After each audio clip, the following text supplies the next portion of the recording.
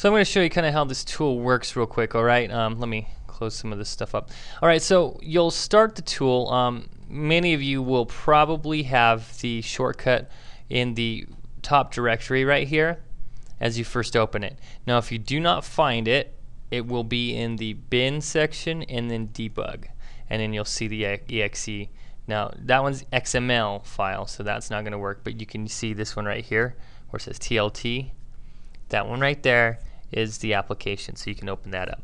Now once you open it, you're going to see nothing open, and you're going to say, well, this thing's broken, what happened? It does not open with the program directly on the top. It actually goes to minimize mode directly. So it's right here, it's this little black counter right here. So what you'll do is you'll go ahead and open it up, and that's what it looks like right off the bat.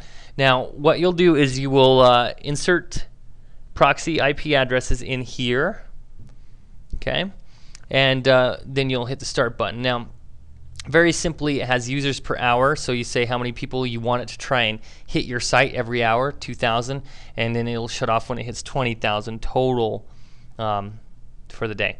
Okay. Now scheduling options are back here. You just put a comma in between it, so you need to put in the number. It's kind of military. So if it's 5 o'clock p.m., then you say 1700. And then if you want to start again at 11 o'clock p.m., you say 2300.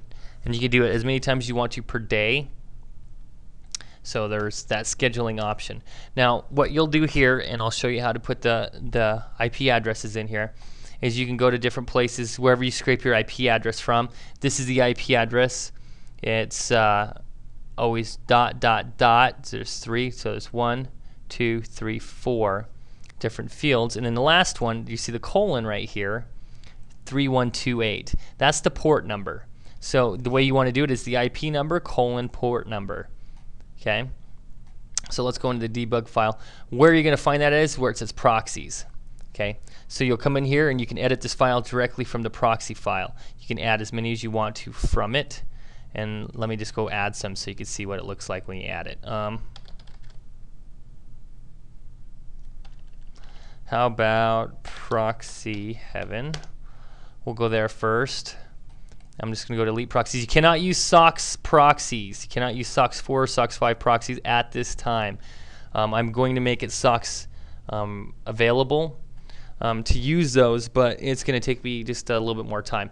Now anybody who does get this tool will be opting in order to get the tool. I strongly suggest you do not opt out after getting the tool, because I will give anybody and everybody free updates as soon as they come out, whenever they come out, for pretty much as long as I am going to be developing this little tool.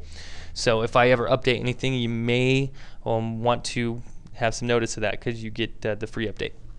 Now the way it works is you got the L1 high anonymous, so it works with any L1, L2, L3 type. It won't work with these type email proxies. These are for email only. Will work for any of these. So we see a bunch of them in here. You can just grab this entire list if you want to and put it in. So we'll grab that list and we'll put it in here.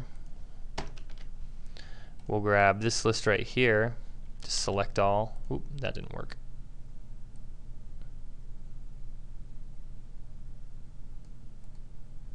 We'll grab that list too,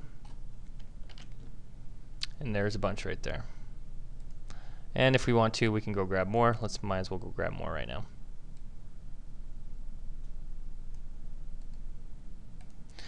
It's good to have a huge proxy list for this, because a lot of them are going to burn out throughout the day or throughout a couple of week time or something like that, and you won't be able to use them as proxies anymore. I will be putting a function in there that actually removes proxies that don't go through a certain amount of times. It's just, as I have ideas, I'm implementing them. So I'll be sitting there and wake up in the middle of the night and have an idea, and then I'll have to call my software guy and say, hey, I want you to add this to it, and then he adds it to it and whatnot. So anyways, we'll save this file now, and you'll have to reopen the tool in order to get it to update for the time being. I think I had a reload function in there. Forgive me if I did. See, now I've got 2 of them open. Remember, if you close the window, it doesn't necessarily close it. You have to close it from here. So let's see if we had a reload function. Okay, now I've got, okay, so it does have a reload function. I do not have to close it and open it. I guess he had already implemented that. So now I've got 4,000 in there instead of 745. So now I'm going to hit, let's just say 5,000 an hour just so you can see how it goes. And we'll hit start. So as you see, it's starting to request. I've got 29 hits, 30 hits, 31, 33, 34, 35, 36, 37, 39. Now, after I had the feature of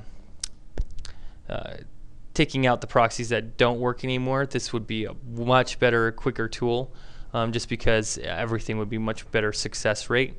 It has a pretty good success rate as it is, but it'd be much better that way. Then you could calculate per hours a little bit easier and actually be more right on. Right now what we're doing is just throwing as many as we can at this, and we'll see how it goes. So we got 44.39. I could just say 44.39 and see how many an hour it hits and then estimate, but anyways. As you see right now, we've got 70 hits now on the site and counting.